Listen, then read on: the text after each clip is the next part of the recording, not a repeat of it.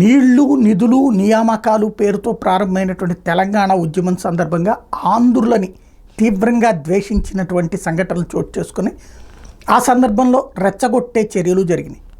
అయితే ఎట్టకేలకు రాష్ట్ర విభజన తర్వాతన ఆ వివాదం సద్దుమణిగిపోయింది. ఎవరి దోవనాళ్ళు ప్రశాంతంగా ఉన్నారు. ఆంధ్రాలో తెలంగాణ వాళ్ళు ప్రశాంతంగానే ఉన్నారు, తెలంగాణలో అత్యధికంగా ఉన్న ఆంధ్ర వాళ్ళు ప్రశాంతంగానే ఉన్నారు. అయితే 10 సంవత్సరాల కేసీఆర్ పాలనలో ఎలాంటి ప్రాబ్లము రాలేదు. ఇప్పుడు రేవంత్ రెడ్డి అధికారంలోకి రావడానికి ఆంధ్రులే కారణమని భావిస్తున్నటువంటి, అంటే ఆంధ్ర ఓటర్లే కారణమని భావిస్తున్నటువంటి బీఆర్ఎస్ మళ్ళీ ఆంధ్ర తెలంగాణ వివాదం రాజేయాలనుకుందా? కౌశిక్ రెడ్డి వర్సెస్ అరికపూడి గాంధీ వివాదంలో ఇద్దరి వ్యక్తిగతమైనటువంటి ఓ రకంగా నోటి దూల లేదా తెంపరితనం, ఇద్దరు మాటల తోటాలు పేల్చుకుని ఒకళ్ళనొకళ్ళు తిట్టుకుని చేసుకున్నటువంటిది. ఇందులో ఆంధ్రాకేం సంబంధం, తెలంగాణకేం సంబంధం? అదే సందర్భంలో కౌశిక్ రెడ్డి చీరా గాజులు పంపిస్తానంటూ నేనే వెళ్తానని చెప్పడం, ఏదైతే పబ్లిక్ అకౌంట్స్ కమిటీకి చైర్మన్గా అతన్ని అరికపూడి గాంధీని నియమించడాన్ని జీర్ణించుకోలేకపోయినటువంటి కౌశిక్ రెడ్డి చేసినటువంటి హంగామా అది.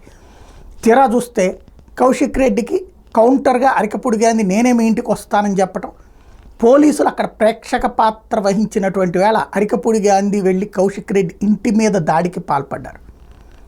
అది వాళ్ళిద్దరి యొక్క కావేశాలు, ఆ ఇద్దరు కార్యకర్తల రెచ్చగొట్టుడు చర్యలు, పోలీసుల ప్రేక్షక పాత్ర ఫలితం. కానీ దాన్ని ఎటు తీసుకొచ్చాడు కౌశిక్ రెడ్డి? ఆంధ్ర వాళ్ళు వచ్చి తెలంగాణ వాళ్ళ మీద దాడి చేస్తారా? దీన్ని తెలంగాణ పోలీసులు చూస్తూ కూర్చుంటారా? ఆ తర్వాత వెళ్ళి సైబరాబాద్ కమిషనరేట్ దగ్గరికి వెళ్ళి ఆందోళనకి దిగటం, హరీష్ రావు తోడు నిలబడటం, టోటల్గా దీంట్లో ఆంధ్ర తెలంగాణ సెంటిమెంట్ని తీసుకొచ్చే ప్రయత్నం చేస్తున్నారు. ఇందులో ఆంధ్రావాడు అన్నటువంటి పాయింట్తో అరికపూడి గాంధీని తీసుకొచ్చి ఆంధ్రాకి అంటగట్టడం అతి పెద్దదైనటువంటి రెచ్చగొట్టుడు చర్య తప్పించి మరేమీ లేదు. బేసిక్ కాన్సెప్ట్ ఏంటి అక్కడ?